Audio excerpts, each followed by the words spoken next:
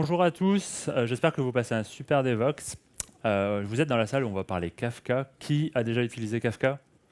Ok, en production. Qui a eu des problèmes avec Kafka?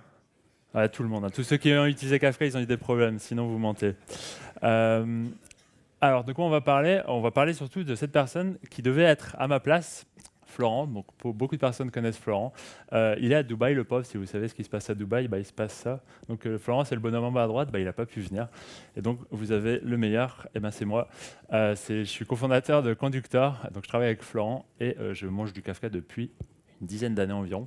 Donc, j'ai vu beaucoup de choses rigolotes et on va parler de beaucoup de choses encore plus rigolotes juste là. Conducteur, rapidement, UI gratuite, on fait des trucs assez avancés et assez simples. Allez-y, faites-vous plaisir. On va parler de Kafka, on va parler des problèmes, des challenges, mais on va transformer ça un peu en truc rigolo parce que on aime bien avoir des problèmes, on est des développeurs, on a l'habitude d'avoir plein de problèmes. Comme ce joli problème de j'ai pas mon GIF de ma connexion. Très bien. Tac. Demo effect.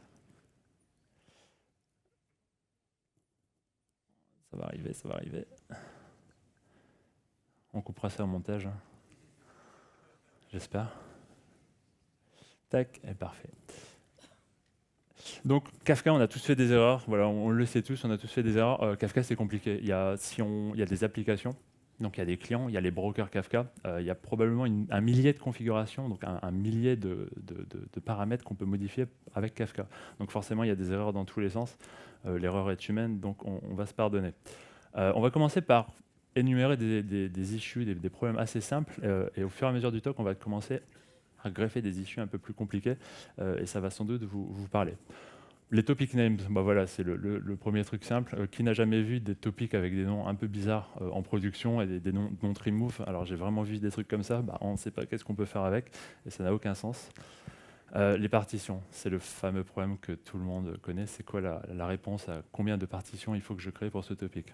Il n'y a aucune bonne réponse, il n'y a que des réponses plus ou moins vraies. Pour un use case, les partitions, vous savez qu'au plus on a de partitions, au plus on peut mettre de consommateurs, donc d'applications qui vont consommer. Pourquoi on ne peut pas mettre 200 partitions? Voilà, je suis développeur, je crée 200, comme ça, j'ai pas de problème, je peux mettre beaucoup d'instances de mon application. Il y a votre DevOps qui va vous arriver dans les pattes et il ne va pas être content. Parce que les partitions, elles ont une réalité physique, elles sont vraiment matérialisées dans Kafka et ça coûte beaucoup d'argent. Le problème du mini-sync replica, voilà, c'est une propriété qu'on en parle depuis pas mal d'années maintenant. Il ne faut pas trop la toucher, il faut la laisser à quelque chose, genre 2, souvent, pas 1. Il ne faut pas lire ce qu'on peut des fois trouver sur Internet. Ça va plus vite si on met 1, parce qu'il y a quelqu'un qui ne va pas être content le jour où vous allez perdre des données. Ça serait potentiellement à cause de ça. Donc, touchez pas à ça, laissez-la à 2 généralement, c'est une bonne idée. Le replication factor. Vous savez que le replication factor, on peut le mettre de 1 au nombre de brokers. Donc si j'ai 10 brokers, je peux mettre un replication factor à 10. Ça paraît être une bonne idée si je ne veux pas perdre mes données, mais en fait c'est vraiment une terrible idée. Généralement c'est 3. Vous savez tous, il y a quelques use cases, quelques boîtes assez importantes qui mettent 4 pour plein de raisons rigolotes. Mais généralement ce n'est pas une propriété qu'on veut toucher.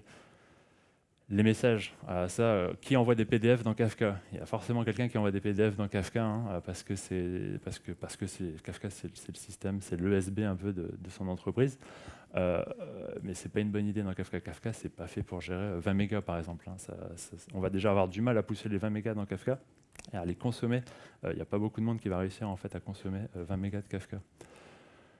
La rétention infinie, Kafka, ça devient de plus en plus une source of truth, donc une source de vérité. On va envoyer tous nos événements. On veut faire par exemple de l'event sourcing. Pour ceux qui font de l'event sourcing, je veux tout mettre mes événements. Comme ça, je peux reprocesser tous mes événements du début de l'origine. Mais bon, si on garde tout dans Kafka, ça coûte de l'argent. Kafka, il y a un storage associé. Donc Kafka, faut payer en fait le storage. Il y a quelques initiatives qui arrivent. Keep 405, c'est le tiers storage sur Kafka, ça permet en fait de déporter les données en dehors de Kafka lui-même et de les mettre genre dans S3. Donc ça c'est pas mal, mais c'est pas encore forcément utilisé par tout le monde, donc faut faire attention à ça. Un de mes favoris, c'est les open bar Kafka. Donc open bar, il n'y a pas de sécurité, il n'y a pas d'ACL. Donc les ACL, c'est ce qui permet de dire qui fait quoi sur Kafka, qui a le droit de faire quoi. J'ai vu des banques sans ACL, des banques Kafka est utilisé, il n'y a pas d'ACL. Ça ne paraît pas être une très bonne idée pour ce genre de système. Le monitoring, problème 101, quand on a Kafka, qu'est-ce qui se passe? Kafka, c'est une jolie boîte noire, mais qu'est-ce qui se passe? Bah oui, il faut mettre son Grafana, il faut mettre son Datadog, etc. Après, il faut les personnes qui sachent interpréter et lire le monitoring de Kafka. C'est un peu une autre paire de manches. L'alerting, c'est cool d'avoir du monitoring, il faut être alerté. Donc ici, il y a sans doute des SRE, des DevOps qui aiment bien leur petit pager dès qu'il y a un problème sur Kafka. Mais aussi, il y a le consumer lag. Donc en tant que product team, moi je fais ma petite application. Mon DevOps, il s'en fiche que mon application a du lag. Parce que si j'ai créé moi-même un bug dans mon petit Java Spring, etc., qui crée du lag, donc c'est-à-dire que je mets du temps finalement à process la donnée et ça commence à s'accumuler, donc je ne suis plus vraiment réactif, je ne fais plus de temps réel. C'est moi mon problème en tant que développeur. Donc j'ai vraiment intérêt à savoir comment faire de l'alerting sur mon produit. Tout ça, c'est quelques problèmes. On est tous passés par là. C'est souvent les symptômes. On a mis en production un POC, on a fait un POC sur Kafka, cool, ça marche, on balance en prod, ça tourne 2-3 mois, on commence à accumuler ce genre d'erreurs. C'est ce qu'on montre ici, c'est en termes de maturité. Donc souvent, on commence en bas à gauche. Voilà, c'est cool, on veut utiliser Kafka, j'en entends parler. Ensuite, on balance en production un POC. Ça marche, impeccable. Après, ça commence le projet commence à devenir critique. Critique, ça veut dire mon projet Kafka, mon application Kafka tombe, mon business s'arrête. Je suis chez Leroy Merlin, Kafka il tombe, ou mon application qui récupère par exemple le clic d'ajout au panier, il tombe, le site s'arrête. Il n'y a plus personne qui peut faire de commande. C'est là où ça devient critique. Et ensuite, quand on a un tas d'applications qui commencent tous à se parler entre elles via Kafka, là, on est tout en haut, on est sur le business wide. Là, il ne faut pas déconner avec Kafka, parce que là, c'est vraiment le business qui s'arrête, encore une fois. Pour les sociétés assez matures, ils ont de la CI/CD. Donc, sans doute, entre beaucoup d'entre vous, il y a de la CI/CD déjà sur Kafka, c'est-à-dire que vous ne pouvez pas créer en autonomie un topic, par exemple. Vous ne pouvez pas faire les bêtises que j'ai évoquées avant. Il y a la CI/CD qui va un peu vous protéger. Ou il y a un humain qui va vérifier votre PR, qui va faire ouais, non mais ça c'est une connerie, pourquoi partition 100, ça paraît un peu bizarre ce que tu veux faire. Donc souvent on est déjà assez protégé avec quelques outils, tout va bien. On va un peu parler de ce que la CI/CD ne peut pas, ce dont la CI/CD ne peut pas vous protéger. La CI/CD, elle protège la création des topics, par exemple, dans les brokers. Mais il y a des applications qui sont connectées à Kafka. Est-ce que vos applications sont configurées via CI/CD? J'ai un gros doute, ça arrive très rarement. Les problèmes qu'on trouve maintenant dans les clients, c'est par exemple, on a l'habitude, on utilise la config par défaut. Donc qu'on soit en Python, Java, etc. Il y a des jolis configs, vous repérez les noms, linger.ms, la compression, batch size. Ça marche quand on touche à rien, mais après si on veut des cas avec du throughput, on va aller un peu plus vite, on commence à avoir de la latence, alors là il n'y a plus rien qui suit, la config par défaut généralement c'est une très mauvaise idée, et ça c'est pas la CI/CD qui nous protège de ça. Les librairies datées, donc les librairies datées, c'est cool, il y a quelqu'un qui a fait un projet il y a un an, il est parti, le projet il tourne toujours. Ouais, mais en fait, Kafka, ils ont mis un nouveau Kafka client, ils ont changé le hack maintenant, le hack leader, c'est hack all par exemple. Ah ouais, mais les anciens projets, ils sont toujours sur les vieilles librairies. Donc elles ne sont pas du tout à jour. Comment je le sais? Comment je sais en fait mon écosystème? Qu'est-ce qui est à jour? Qu'est-ce qui n'est pas à jour? Quelles sont la config utilisée? Ce n'est pas encore une fois la CI/CD qui nous aide. Le fameux producer send record, si vous avez utilisé un peu Kafka pas mal, vous savez qu'il manque un petit paramètre ici, c'est un callback. Donc quand on envoie ça, c'est asynchrone. Kafka, il ne nous répond pas tout de suite parce qu'il va l'envoyer un peu plus tard. Quand on envoie ça, on peut croire que ça va marcher.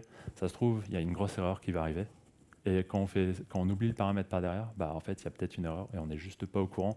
Donc ça se trouve, on envoie de la donnée qui va absolument nulle part parce qu'elle n'arrive pas dans Kafka en tout cas. Les conventions, c'est un truc assez rigolo. Quand on est de l'autre côté, quand on gère un Kafka, c'est cool, la CI/CD protège les topic names. Donc voilà, on met la team, le département, la confidentialité, le nom du topic. Quid des consumer groups? Quand on crée un consumer group, il y a un group ID, il y a un group instance ID, il y a un client ID pour le débugger. Pour débugger les logs, par exemple, côté Kafka, il faut un client ID. Il y a des headers. Souvent, on a envie de respecter une certaine terminologie, une certaine nomenclature dans les messages qu'on envoie à Kafka en mettant des headers, par exemple pour savoir l'origine de cette data, etc. Il n'y a rien aujourd'hui qui permette d'enforcer ce genre de convention. Mon application est slow. Ça, moi, j'y suis passé il y a quelques années. L'overcommitting, c'est-à-dire on lit un message, on commit. Enfin, on processe un message, on commit. On processe un message, on commit. Alors là, Kafka, on est en train de le détruire complètement. Et son application à soi aussi. Kafka, ça commit des batchs. Ça commit 500 messages en même temps. OK, j'ai avancé de 500. Il y a des cas assez rigolos où c'est une erreur humaine, mais on va committer après chaque message. Alors ça, ça fait le total chaos dans l'application. Axe 0, vous connaissez, je connais une seule boîte qui en fait, c'est Criteo, je ne sais pas s'ils le font encore, s'il y a des gens de Criteo, mettez-moi le jour. Ça permet d'aller vite, parce qu'on n'attend pas la réponse du broker quand on produit un message. On produit, vas-y, on veut du throughput, on va à fond. Ça change absolument rien à la vitesse de consommation des consommateurs derrière. Ça change strictement rien. Ça change juste que maintenant, on n'a aucune idée si nos données sont dans Kafka et si notre Kafka, en fait, notre application, elle est résiliente. Très mauvaise idée. Le défaut maintenant, c'est all depuis pas mal de versions. Ma favorite, celle-là. Alors, ne l'utilisez pas en production parce que ça va éclater vos brokers. Et là, il n'y a personne qui va vous protéger. Ce n'est pas votre CI/CD qui va vous protéger. Le défaut, c'est 1. On peut mettre 0 en tant que client. En tant que consommateur, quand on met 0, on va faire des allers-retours, mais à l'infini, le plus rapidement possible. TCP/IP, ça va aller très très vite. Et les brokers, ils vont faire que des connexions réseau, ils vont ouvrir, ils vont fermer, ça va aller très vite. Les brokers, ils vont prendre 30% de charge avec une application. Ne faites pas ça, et si vous le faites, ne dites pas que ça vient de moi. Les transactions, on connaît tous les transactions, c'est cool les transactions dans Kafka, on fait du Kafka Stream, du Flink, etc. Il y a le fameux problème du bah ouais, mais je fais mon petit process Kafka, mon petit processing, et j'appelle une API externe pour faire quelque chose d'autre. Je vais envoyer un email au client, par exemple. Qu'est-ce qui arrive si ma transaction dans Kafka, elle fail parce qu'il s'est passé quelque chose, il y a eu un rolling restart, il y a eu something. J'ai déjà appelé mon API externe, trop tard. Elle ne fait pas partie, elle, de la transaction. Donc elle, je peux pas lui dire n'envoie pas l'email, je suis désolé, ma transaction elle a rollback. Ça arrive très facilement à ce genre de cas. Pour les plus avancés, vous connaissez peut-être le Saga Pattern. En fait, c'est un pattern pour gérer une transaction distribuée et dire quand même à ceux qu'on a prévenus de dire ah non attends, excuse-moi, il faut surtout pas envoyer ton email parce qu'en fait moi-même j'ai planté.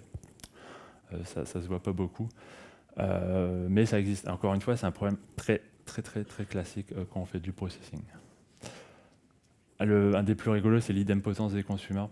Si vous avez fait des applications qui consomment de Kafka, est-ce que vous pouvez garantir à 100% que si votre application, elle rebalance par exemple, il se passe un truc, Kubernetes, il vous fait démarrer, donc vous reconsommez les mêmes messages, vous reprocessez les mêmes messages, qu'est-ce qui vous garantit que vous allez être idempotent, c'est-à-dire ne pas faire 2 fois l'effet de bord de votre processing applicatif, de vos données. Ça, généralement, on met un cache côté applicatif pour être sûr que voilà, j'ai déjà vu cet ID, je ne veux pas le repossesser si je le revois.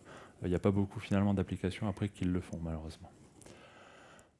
Un truc rigolo, on a oublié de setter l'auto-offset reset, il se passe quelque chose où ça fait 7 jours, alors ça fait 7 jours qui sont passés, mon application était done, ça va redémarrer, mon application va redémarrer avec un auto-offset à earliest, je vais tout consommer mon topic de début.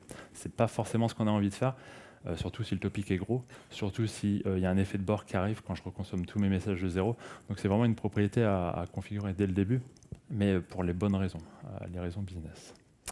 Et on va s'intéresser en particulier maintenant à celui-là, c'est les poison pills.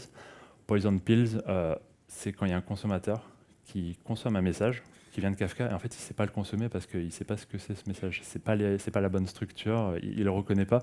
Et alors là, il y a plein de stratégies pour comment je gère en tant qu'application consommatrice de Kafka, comment je gère en fait ces poison pills. Il y en a tout plein des poison pills, on va juste les énumérer celles-là, et on va regarder qu'est-ce qui se passe en vrai. Donc on a des messages invalides, voilà, c'est par exemple, il y avait n'importe quoi. Il y a des schémas, on va parler du schéma registry dans 5 secondes. Et le dernier, c'est le plus rigolo, c'est j'ai un schéma registry, j'ai des strings, j'ai des entiers, c'est cool. Mais si je mets n'importe quoi dedans, qu'est-ce qui arrive ? On part sur un cas très simple, j'ai un producteur, j'ai un topic paiement au milieu et j'ai une application processing. Ok, un cas vraiment simple. Qu'est-ce qui arrive ? Donc aujourd'hui, au milieu, j'ai mon topic, j'ai 3 champs, voilà, amount, from to, c'est rigolo, tout va bien. Ça avance, ça produit, ça avance et ça consomme.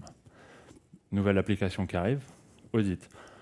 Un produceur, quand on utilise Kafka, on ne sait pas qui consomme la donnée. C'est-à-dire une application qui produit une donnée, ça se trouve, il y a 10 consommateurs de cette même donnée derrière. C'est l'avantage de Kafka, hein, c'est qu'on ne sait pas en fait qui, on n'est pas censé savoir en tout cas, qui produit la donnée et qui consomme ma donnée. C'est justement comme ça que ça grossit à échelle, c'est que c'est un peu libre et ça permet finalement de répondre à des use cases dans tous les sens sans se bloquer. On a une nouvelle application qui consomme à droite, voilà, c'est rigolo, et elle consomme les mêmes données. Audit, elle recommence à zéro, hop, elle avance, tout va bien, c'est le meilleur des mondes, il ne se passe rien. Il y a quelqu'un qui arrive maintenant, un Bogus Producer. Donc, Bogus Producer, ça peut être une app, ça peut être Kafka Console Producer. Hein. Je suis dans mon terminal, voilà, j'ai mal configuré mon Kafka Console Producer, et j'ai envoyé un peu des bêtises dans le topic. J'ai envoyé un petit Hello World parce que je testais et j'ai oublié de changer le nom de mon topic. Je voulais juste tester en local ou sur un autre topic. Ah bah zut alors, qu'est-ce qui va arriver? Bah il va être désolé. Bah les gars, je suis désolé, j'ai envoyé n'importe quoi dans le topic. Ouais, mais qu'est-ce qui va arriver côté applicatif maintenant?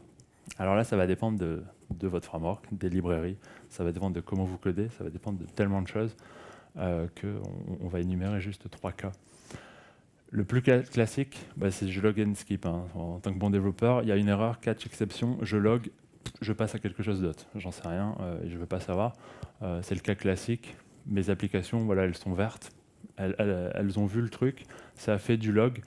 Peut-être quelqu'un va regarder les logs de mon application. Alors sans doute personne ne va regarder les logs de l'application.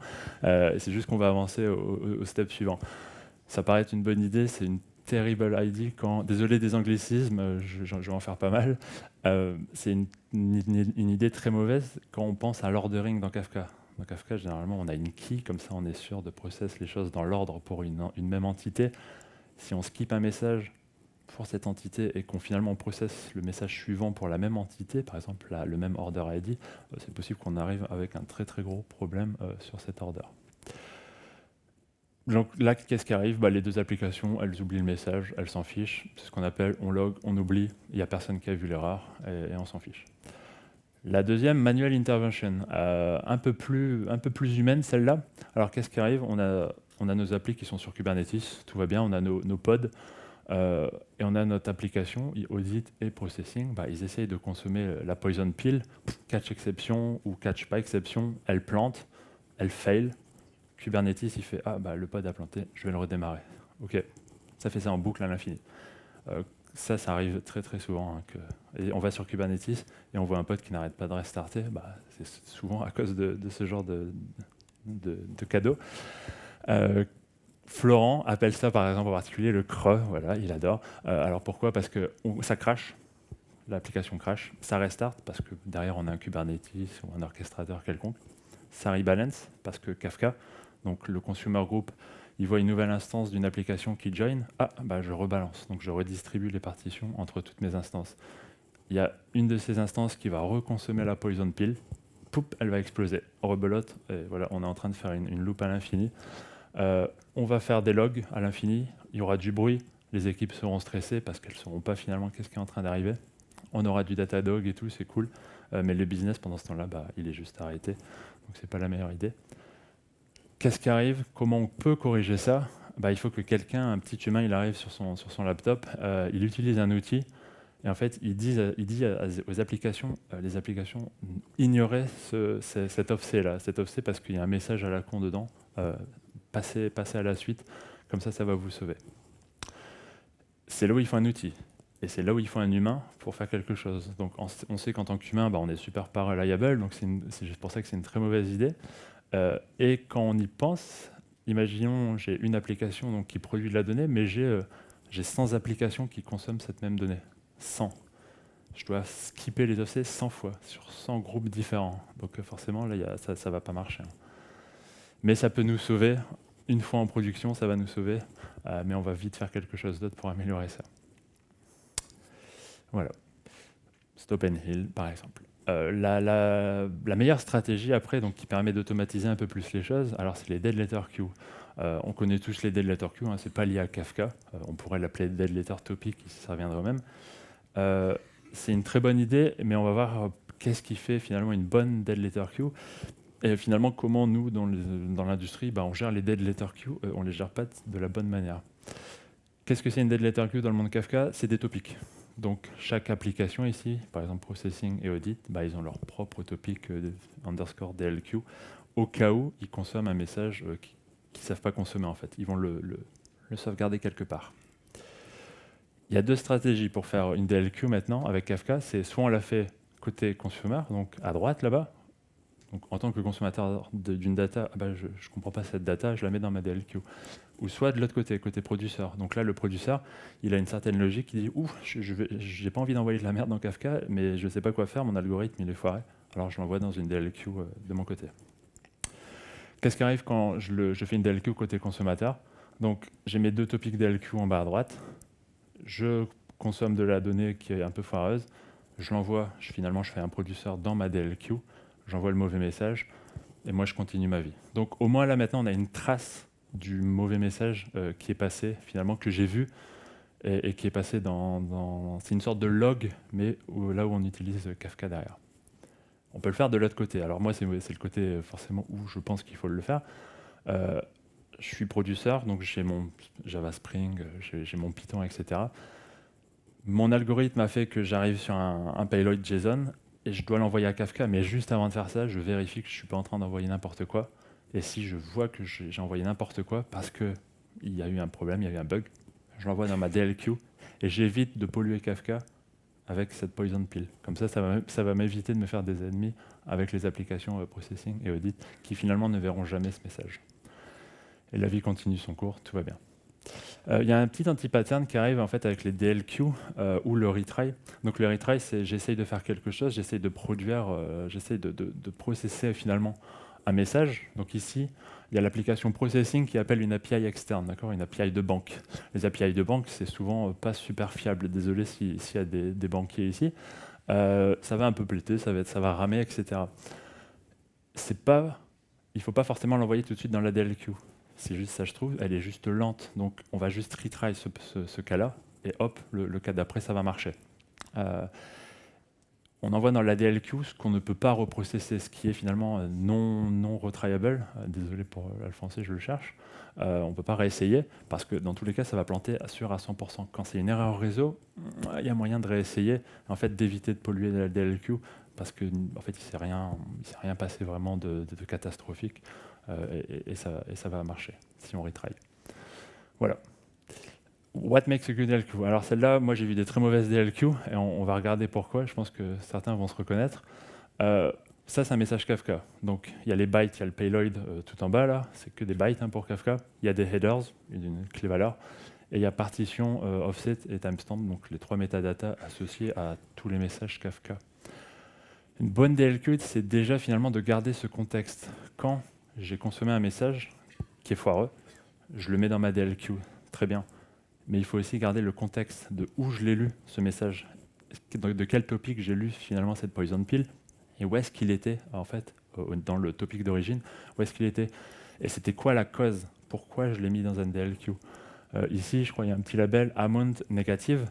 Si par exemple, je ne m'attends pas à avoir un champ amount négatif, je le trouve négatif parce que voilà, il y a un bug, je l'envoie dans la DLQ. Mais la DLQ, elle va être processée par quelque chose, par un humain ou par un robot, par une API. Il faut donner la raison en fait de pourquoi j'ai envoyé ça dans la DLQ. Comme ça, celui qui va traiter la DLQ, il va faire attends, mais pourquoi il y a ce message ici? Ah bah tiens, le champ était négatif, c'est pas censé arriver. Donc à la rigueur, avec cette raison, je peux corriger le message. Je peux utiliser un outil, corriger le JSON, changer le champ, et en fait le réinjecter dans Kafka, parce que je sais pourquoi il est là. Si je ne sais pas pourquoi il est là, ça va être un peu difficile finalement d'avancer. DLQ, ça c'est mon favori. Donc j'ai vu des DLQ où il n'y a aucun monitoring. Donc on fait un DLQ, on fait un topic, mon application elle envoie dans la DLQ. La DLQ se remplit au cours du temps, hein, c'est rigolo, mais il n'y a absolument personne qui regarde. À quoi ça sert? Ça ne sert à rien forcément hein, si personne ne regarde. Généralement, dans une DLQ, c'est un topic avec une rétention. Par exemple, on met une rétention de 2 semaines. 2 semaines plus tard, j'ai aucun message dans la DLQ, tout va bien. En fait, ils ont juste disparu et il n'y a personne qui a regardé. Il y en a certains d'entre vous, j'imagine qu'il y a ce cas-là. Donc voilà, c'est assez rigolo. Pareil pour l'alerting. Hein. C'est bien d'avoir une DLQ, c'est bien que ça s'accumule, mais en fait, s'il n'y a personne pour faire quelque chose avec cette DLQ, donc un humain ou une application, autant pas faire de DLQ et autant loguer dans la console et passer à autre chose. Voilà. DLQ, ça arrive, généralement on n'est pas au début, hein, là. On est déjà en mission critical, c'est-à-dire mission critical, voilà, mon application c'est une application business, c'est un peu important. S'il y a un problème, il y a quelqu'un qui doit faire quelque chose, parce que si le business s'arrête pendant un jour, ça va pas aller. On ramène le schema registry. Lui, il est rigolo. Donc un schema registry, ça rajoute juste ça permet de déporter le schema, donc c'est une structure JSON par exemple, et ça permet d'envoyer dans Kafka qu'un petit identifiant, juste un entier, qui finalement fait référence à un schéma plus gros. Donc il y a un petit ID, c'est le petit truc en haut à gauche que vous voyez ici, c'est 1. Donc qu'est-ce qui arrive? C'est quoi les erreurs qu'on voit avec le schema registry? Là, on n'a pas de problème, tout va bien. On ajoute un champ parce que mon business évolue, il y a un nouveau champ currency qui arrive, ça fait un schéma de version 2. Ça fait une nouvelle version de mon schéma, tout va bien. Mes applications qui étaient compilées contre la version 1, elles ignorent totalement le champ, elles ne le voient pas, donc tout va bien, il ne se passe rien du tout. Maintenant, il y a le PO de processing qui dit « Ouais, mais moi j'ai besoin du champ currency parce que j'ai besoin de faire une logique business, maintenant j'ai besoin de faire quelque chose avec ça. » Processing, les développeurs, ils recompilent leur application avec le schéma numéro 2, ils ont accès au champ currency, ils font leur popote, ils déploient, tout va bien. Audit fait pareil, tout va bien, tout le monde est passé en mode V2 et voit le nouveau champ. La vie est belle, c'est le cas nominal. Maintenant, le PO, il arrive, il fait « Ouais, mais moi, j'ai besoin de changer la structure un peu plus profondément. Je ne suis pas là pour juste rajouter un champ, j'ai besoin de... On commence à évoluer, je veux faire un truc plus rigolo. Je veux carrément changer la structure. Je veux passer d'une string à une vraie structure un peu portante qui make sense. » Qu'est-ce qui arrive maintenant? Processing et audit, les deux applications, elles ont été compilées contre le schéma de la version d'avant. Elles vont essayer de lire la nouvelle structure finalement binaire du nouveau message. Là, elles ne savent pas se reconnaître. Elles attendaient une string, elles ont une struct, elles font je ne sais pas quoi faire, je n'ai pas de converteur automatique pour finalement comprendre ce message. Donc là, on retombe dans les cas qu'on a cités avant, où on commence à tourner en boucle et à planter sans arrêt. La solution typique qu'on implémente pour ça, en fait, on versionne ces topics. Donc, dès qu'on fait un breaking change, donc là, c'était un breaking change, on a cassé la structure entière et il n'y a pas de solution de compatibilité, on va créer un nouveau topic avec une petite extension V2, V3, V4, V5, etc. Et on va l'alimenter. Donc, on va alimenter finalement le nouveau topic V2 avec le nouveau schéma qui finalement recrée un nouveau lineage de schémas qui, eux, vont être compatibles ensemble.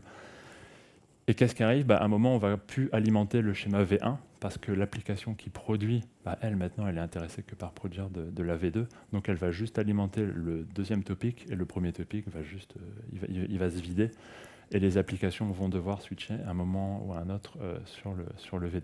Alors après, il y a des extensions. On peut continuer à alimenter le premier topic et le deuxième topic, mais ça, c'est plus le producteur qui va faire son choix en fonction des applications qu'il consomme.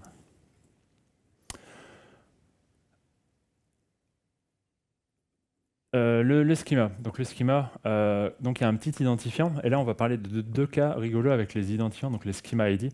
Donc imaginons on a toujours notre topic avec un petit schema ID 1 tout en haut à gauche, le petit point bleu là. Quelqu'un envoie du JSON parce qu'il a utilisé Kafka console producer encore une fois, et il a juste copié-collé le JSON qui était issu du Havro, et il n'a pas fait gaffe. Voilà, boum, je viens d'envoyer du JSON dans un topic qui attend du Havro. Parce qu'il n'y a rien Kafka, il s'en fiche. Lui, Kafka, c'est des bytes, il voit que des bytes. Il autorise tous les bytes. Qu'il y ait un schema ID ou pas de schema ID, il va tout autoriser. Forcément, on retombe encore dans le cas qu'on a parlé avant. Les applications, elles plantent tous parce qu'elles font moi j'ai besoin d'un schéma ID pour comprendre c'est quoi la structure en fait, de la donnée que je suis en train de lire. Là, des bytes que je suis en train de lire, j'ai besoin de savoir qu'est-ce que c'est. Donc, boum, ça explose. Schema ID unknown. Alors, dans quel cas ça arrive ça? Le cas, c'est je suis en train de lire des messages, mes applications lisent des messages, il y a bien un schema ID, c'est cool, dans les bytes, il y a un schema ID, ici, je vois rien, 8 je crois, mais en fait, le 8, il n'existe pas dans mon schema enregistré. Comment c'est possible? Alors c'est possible quand il n'y a pas un cloisonnement fort entre la pré-prod et la prod, par exemple, entre deux environnements. Ça c'est déjà vu, hein. Petite erreur de configuration, mon application pré-prod, elle est connectée au schema enregistré de pré-prod, mais elle a envoyé les données dans le broker de prod. Kafka, il s'en fiche, lui ça marche, il dit rien du tout. Et maintenant, quand les applications en production, elles vont lire ces données, elles vont avoir un identifiant, elles vont faire, mais moi je ne connais pas 8, monsieur, qu'est-ce que c'est le schéma 8? Voilà, ça existe, ça marche, il y a peut-être certains d'entre vous qui sont rentrés dans ces cas-là, super rigolo à débugger, hein. Très dur, parce qu'on a un schema ID, on fait, mais qu'est-ce qui s'est passé? Est-ce que quelqu'un a supprimé le schema ID du schéma enregistré? Ça aussi c'est possible, parce qu'on veut économiser les schémas, parce qu'on paye par schéma par exemple. Truc super rigolo. Et le dernier, on va insister plus sur celui-là, c'est la qualité. Donc j'ai des schémas, j'ai des entiers, j'ai des strings, tout va bien. Âge égale -3. Est-ce que c'est logique? Probablement pas. Comment Kafka le sait? Il n'en sait rien du tout, Kafka. Et mon application, elle va consommer mes strings, par exemple, ma structure. En fait, elle va avoir des champs qui n'ont aucun sens pour le métier. Un IBAN, par exemple, qui ne correspond à rien. Elle attendait peut-être une adresse email qui ne ressemble pas à un email. Qu'est-ce qu'on fait dans ces cas-là? Voilà, là, ça devient le chaos. On pourrait faire la rebelote, un côté consumer. Le consumer, on peut faire une librairie, par exemple, qui dit je vais faire une petite librairie Java, Python, qui va parser un peu la structure, qui va avoir ces petites annotations pour dire est-ce que c'est valide ou pas valide. Voilà, je vais partager une librairie avec toutes mes applications, comme ça, elles pourront tous valider et envoyer le message dans la DLQ si le format ne convient pas. C'est rigolo, on peut faire ça côté consumer. On peut faire ça côté producer. Je fais une librairie et il n'y a que le producteur finalement qui implémente tous ces if pour vérifier qu'il n'est pas en train d'envoyer n'importe quoi dans Kafka au niveau de ce que les champs contiennent. Un email, c'est un email. Bam, voilà. Elle pourrait faire ça. C'est possible et en fait c'est là où on arrive sur les data contracts. Donc un data contract, quand on vient du monde HTTP, ça existe, hein, c'est OpenAPI, il ne faut pas chercher. Mais dans Kafka, on parle de la donnée et les data contracts, c'est l'OpenAPI pour la donnée. Donc en fait, c'est quoi la structure de la donnée, mais avec la sémantique en fait des champs de la donnée. Un email, c'est pas une string, par exemple. Pour ça, on peut juste rajouter, c'est une solution parmi tant d'autres, mais on a un schéma Avro à gauche. Donc un schéma Avro, c'est juste une description en JSON, et on pourrait rajouter des extensions finalement à ce schéma pour dire l'âge, c'est entre 0 et 120, ça devrait aller. L'email, c'est un champ typé email, etc. C'est pas natif dans Kafka, hein, ce genre de choses, je vous montre, mais pour dire en fait quelles sont les solutions pour faire ça. Première chose, on peut créer une librairie. Donc c'est ce qu'on disait, hein, on crée une librairie, il y a quelqu'un qui va s'amuser et qui va s'amuser à la coder dans tous les langages. Parce qu'en tant que société, on n'a pas forcément qu'un langage, on en a plusieurs. On a plusieurs versions des langages. On fait du Java peut-être 8 encore, malheureusement pour certains. On fait du Java 21, on fait du Rust, on fait etc., etc. Donc ça veut dire que ma librairie, qui fait de la qualité, elle a intérêt à être codée dans tous les langages. Ah, et après j'oubliais, mais j'ai plein de frameworks. Mais comment je fais pour mettre ça dans KCQLDB, ma petite librairie Java, je ne sais pas trop. Comment je la mets dans Spark, etc., etc. Ça paraît être une bonne idée, c'est pas la meilleure idée du siècle, je pense. Et là, on arrive sur les proxys. Donc une proxy, on connaît tous les proxys, hein, Nginx par exemple, une proxy HTTP. Et là, c'est pareil, mais on va parler de proxy Kafka. C'est le modèle qu'on connaît tous, Nginx, HAProxy, Traffic, Varnish, voilà. C'est un truc qui se met entre deux et qui a une petite intelligence au milieu pour faire tout ce qu'on veut. C'est très bien. Quid d'une proxy sur Kafka? Pas HTTP, hein, on ne parle pas d'une proxy HTTP, on parle d'une proxy qui parle Kafka, qui parle vraiment Kafka. Donc il n'y a rien à voir avec HTTP ici. Donc finalement, c'est ce modèle-là, et on met juste Kafka derrière une proxy. Ça paraît simple, c'est un peu tricky derrière, on va voir pourquoi. Kafka, quand on parle à Kafka, il y a un bootstrap server. En fait, le bootstrap server, il sert juste à demander à n'importe lequel des brokers, c'est quoi un peu la topologie du cluster, parce que j'ai besoin de savoir à qui je vais parler après pour produire de la donnée vers le topic foobar, par exemple, de la partition 1. Quand on fait ça, Kafka, en fait, il renvoie justement ces métadatas, la topologie, et il se présente et il dit, moi j'ai cette structure-là, c'est rigolo. Et le problème avec une proxy, c'est que si on fait rien, maintenant, l'application à gauche, donc l'application producer par exemple, elle va directement avoir accès aux URL des Kafka brokers eux-mêmes. Donc la proxy entre deux, elle a disparu du champ, donc ça sert strictement à rien, si ce n'est aujourd'hui à que à faire finalement l'introduction, la première connexion, mais après elle est complètement bypassée. Donc ça sert strictement à rien, et c'est là où c'est très différent de HTTP. Petit trick qu'il faut faire maintenant pour faire une Kafka proxy, c'est finalement cette requête là de metadata, la proxy elle reçoit une réponse, elle reçoit la réponse ici, mais elle reçoit en fait les brokers 1, 2, 3. On imagine c'est des adresses DNS, hein, c'est les adresses DNS des brokers qui sont chez AWS, chez Confluent, etc. Et là, son petit trick, pour être sûr que quand le producer maintenant, il va parler au broker, en fait, la proxy ne veut pas que l'application parle au broker, elle veut que l'application reparle à elle-même, à la proxy, pour finalement rajouter son petit layer d'intelligence. Et c'est elle qui va ensuite dispatcher au Kafka broker par derrière. Donc là, la proxy, elle va altérer finalement la réponse qui est issue des vrais brokers Kafka pour dire, en fait, Coco, tu parles pas à broker 1, 2, 3, tu parles à proxy 1, 2, 3. Comme ça, l'application, en fait, elle n'a aucune idée qu'elle ne parle pas au vrai Kafka cluster, mais elle parle finalement à un cluster de proxy. Et dans la proxy, c'est là où on met tout plein d'intelligence, comme en mode HTTP. Voilà. Tada. Ok, maintenant on a un peu ce pattern en tête, que comment ça peut nous aider.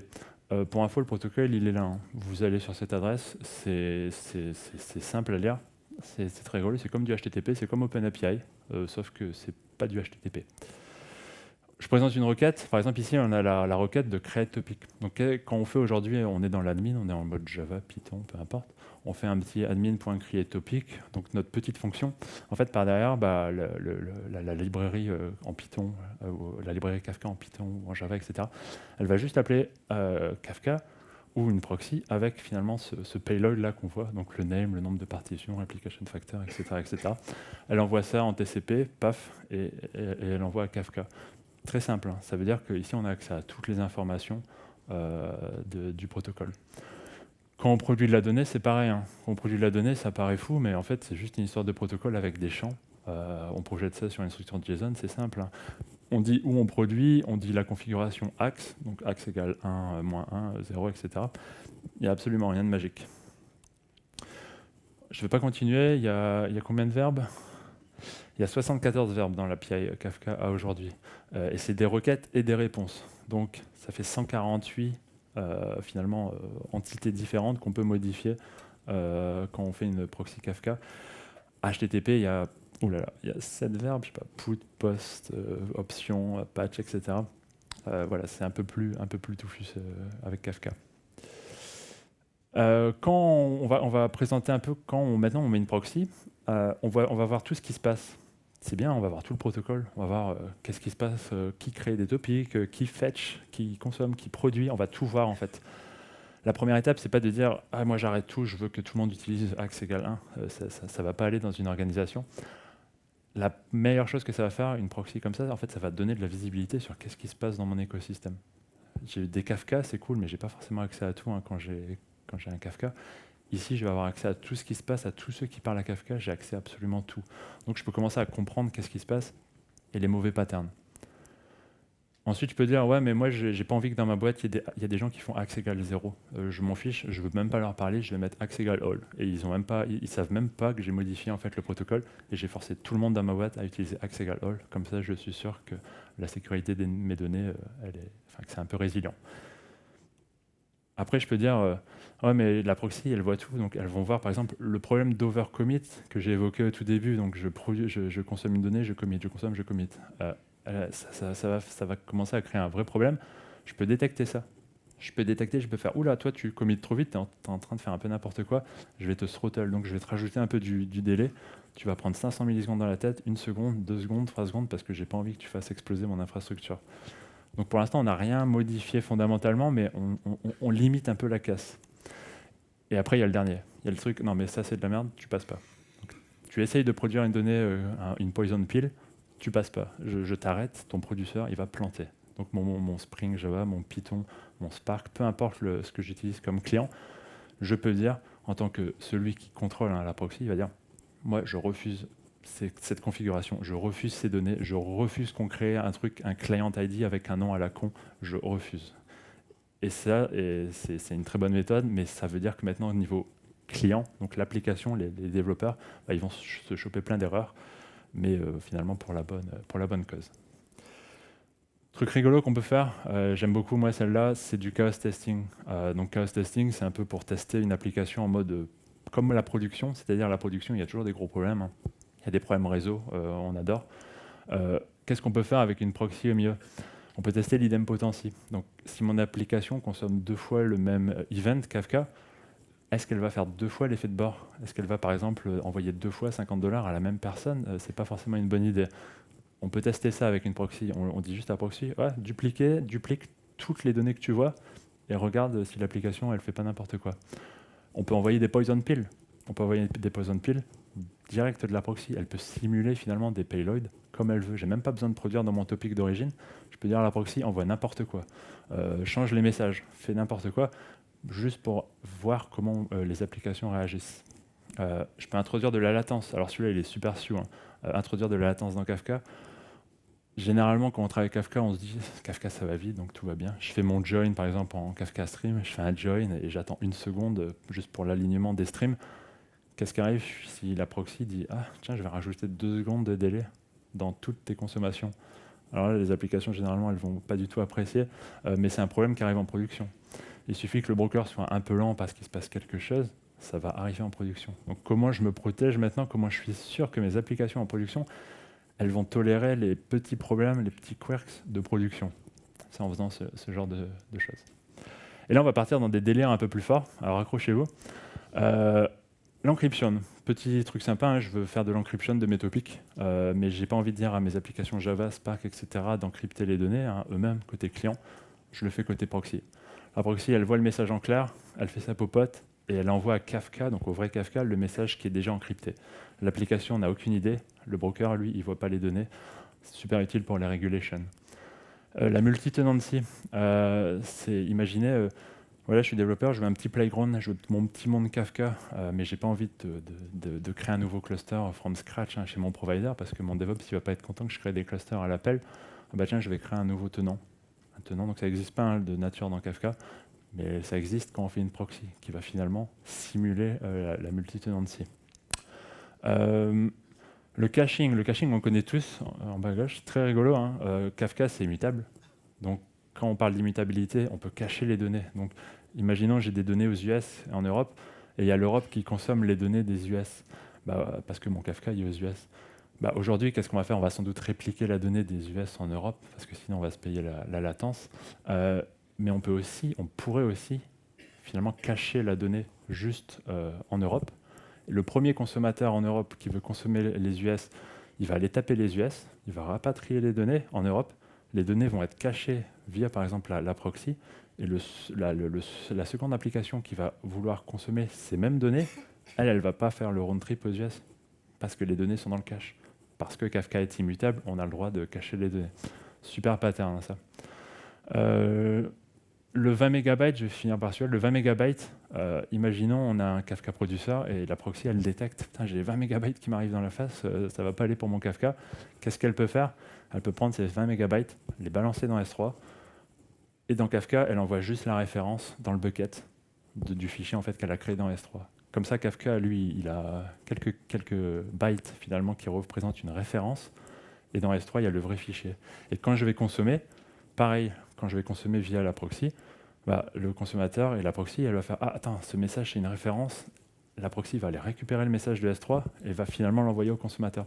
Donc, personne n'est au courant. En fait, toutes les données ont été sorties de Kafka par derrière. J'ai plus beaucoup de temps, je ne vais pas tout finir. Le plus marrant, c'est le data quality. On en a parlé tout à l'heure. Hein. Data quality, une proxy, c'est un super mécanisme pour finalement enforcer le fait que quand j'écris dans des topics, le PO, par exemple, peut dire moi, les mecs, dans notre topic, parce que je suis le PO, dans mon topic Customer Orders, je veux que le format soit exactement comme ça. Je veux que le Customer ID soit comme ça. Je veux que les crédit cards, c'est comme ça. Bam, on enforce au niveau proxy. Et maintenant, peu importe les développeurs, le framework qu'ils utilisent, la technologie qu'ils utilisent, le PO, il s'en fiche. Lui, il a été garant finalement du business, du métier. Il est sûr qu'il ne va pas envoyer n'importe quoi dans Kafka. Et là, tout le monde est content. Et s'il y a un développeur, finalement, il y a un bug quelque part, ou Spark qui fait n'importe quoi, etc., en fait, il va planter au moment de la production, parce qu'il va passer par la proxy. La proxy va faire, ce client, il envoie n'importe quoi, je refuse. Et donc, l'erreur, maintenant, elle est facilement détectable par les développeurs qui ont finalement buildé une application ou une data pipeline, etc. etc. Voilà. Dernier, la petite blague. S'il y a des architectes dans la salle, Kafka, c'est un SPOF. Enfin, la proxy, c'est un SPOF. Une proxy, c'est souvent stateless. Ça utilise Kafka pour mettre son état, un peu comme Kafka Connect. Donc, on peut en déployer autant qu'on veut. C'est finalement un cluster. La latence, ça dépend de ce qu'on fait. Si on fait des trucs de fou dans la proxy, forcément, on va le payer. Et si une proxy, elle meurt, posez-vous la question, qu'est-ce qui arrive si un broker meurt aujourd'hui? Les clients réessayent tout seuls de se reconnecter finalement. Là, ça va faire exactement la même chose avec la proxy. Il y a beaucoup de proxys, je vais pas laisser, il y a l'open source, il y a Pulsar, nos amis Pulsar, il y a WarpStream si vous connaissez, il y a Conductor. Tac, je vais vite. Thank you.